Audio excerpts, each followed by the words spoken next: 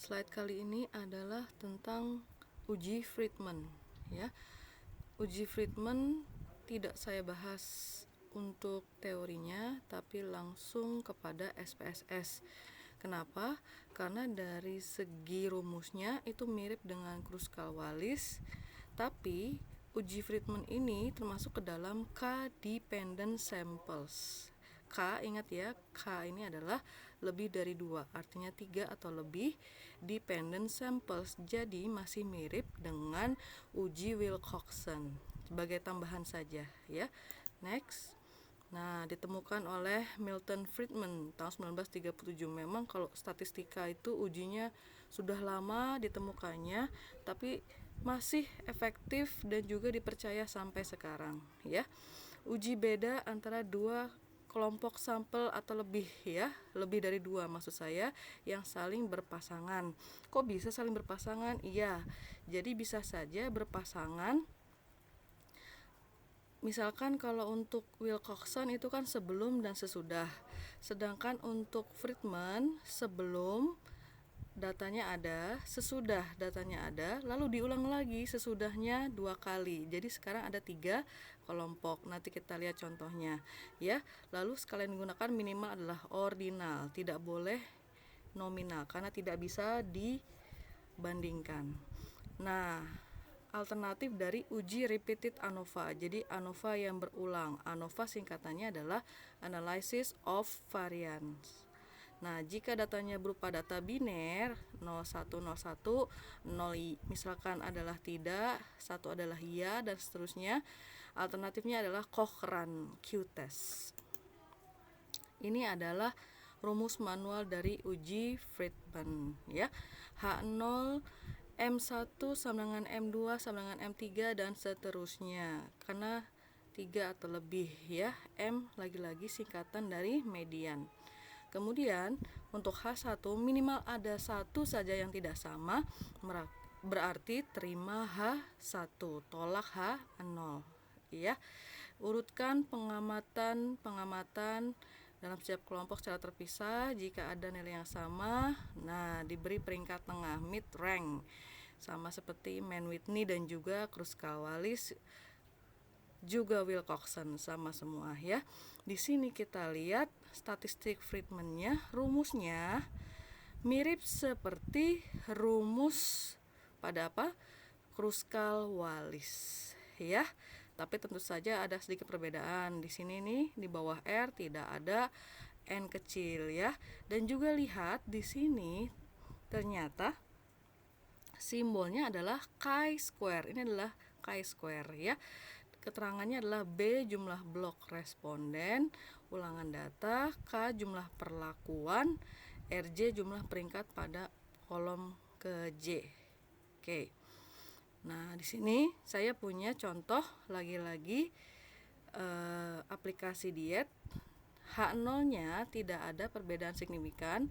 BB sebelum memakai aplikasi dengan sesudah selama 6 bulan dan 12 bulan. Di sini ada tambahan. Jadi diulangi lagi penghitungan berat badannya setelah memakai selama 12 bulan ya. Jadi ada 3 kelompok sekarang. Kelompok sebelum, sesudah selama 6 bulan, dan sesudah selama 12 bulan. Lagi-lagi orangnya harus sama ya, karena ini kan untuk pengujian aplikasi efektif, efisien atau tidak ya. Dan juga H1-nya minimal ada 1 kelompok berat badan yang berbeda secara signifikan. Misalkan sebelum sama sesudah 6 bulan, atau sebelum dengan sesudah 12 bulan, atau sesudah 6 bulan dengan sesudah 12 bulan. Bagaimana post hoc-nya? Uji lanjutnya ternyata menggunakan Wilcoxon, sampel berpasangan. Itulah kenapa uji Friedman ini saya tampilkan pada saat pembahasan uji Wilcoxon. Next, contoh kasusnya sudah ada, tinggal dimasukkan ke dalam, ini kan masih di PowerPoint ya, bisa dimasukkan ke Excel dulu, baru ke SPSS. Oke, ada 50 data di sana. Kemudian biasanya uji homogenitas dan normalitas dulu ya. Jika tidak terpenuhi syarat-syarat dari statistika parametrik, apa itu datanya terdistribusi normal, varian seragam, dan juga datanya itu harus angka sebenarnya, maka bisa digunakan uji Friedman ya. Tapi nggak apa-apa, sekarang kita coba dulu untuk uji Friedman, bagaimanapun nanti hasilnya ya, kan datanya sudah ada, tinggal dimasukkan. Biasa untuk homogenitas dan normalitas, analyze, descriptive statistic, explore. Lalu kemudian masuk ke uji Friedman, analyze, non-parametric test, legacy dialogues, k-related samples ya, k-related samples. Lalu jangan lupa tambahkan statistiknya, deskriptif, kuartil juga boleh, continue, test type-nya jangan lupa Friedman. Nah, di sini ada keputusan untuk uji Friedman, memakai apa? Tabel chi-square. Tadi lihat ya, kalau rumusnya itu pakai simbol chi-square, berarti perbandingannya juga dengan chi-square tabel. Ingat, chi-square tabel bisa dilihat dari dua cara. Pertama tabelnya, kedua bisa dilihat dari Excel. Nanti ada contohnya dari Excel ya. Atau bisa juga melihat dari asimsik. Asimsik merupakan nama lain dari p-value. Dibandingkan dengan apa? Dengan 0,05 ya. Oke. Kemudian ya, untuk chi-square tabelnya sebenarnya sudah saya berikan pada saat kita waktu itu membahas SPSS untuk Kruskal-Wallis, tapi kita coba lagi, tinggal diikuti. Datanya juga masih sama, alfa 0,05 dan juga degree of freedom-nya 2. Kenapa? Karena ada 3 kelompok. Ini adalah nilai chi-square tabel. Setelah dijalankan, untuk data tersebut ternyata chi-square hitungnya, besar sekali ya, 91,919. Inilah yang dibandingkan dengan chi-square tadi tabel ya. Ternyata jauh lebih besar, maka tolak H0 dan terima H1.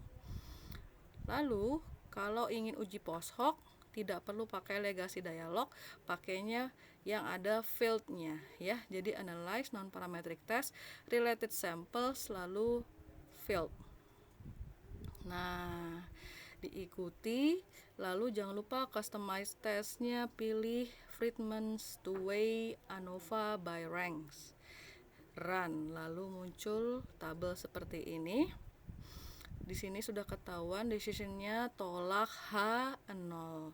Sig-nya juga sangat signifikan nih, 0,000 ya. Bayangkan saja tadi chi-square hitungnya 91. Wah, besar sekali ya. Oke, sekarang setelah double klik hasilnya seperti ini. Kelihatan lagi tes statistiknya, degree of freedom-nya juga 2, asimsik-nya 0,00 ya. Oke. Kemudian nih, untuk melihat post hoc yang view kita ubah jadi pairwise comparison ya. View kita ubah pairwise comparison. Jadi seperti ini bentuknya, ada segitiga dan garis yang berwarna kuning, dan juga adjustment sig-nya yang berwarna kuning, artinya apa? Berbeda nyata. Sehingga apa? Tolak H0, tolak H0, tolak H0. Jadi di antara ketiga kelompok tersebut masing-masing berbeda nyata. Ya, oke, mohon maaf ya kalau agak berlibet cara ngomongnya, tapi mudah-mudahan bisa dimengerti. Atas kekurangannya saya mohon maaf. Wassalamualaikum warahmatullahi wabarakatuh.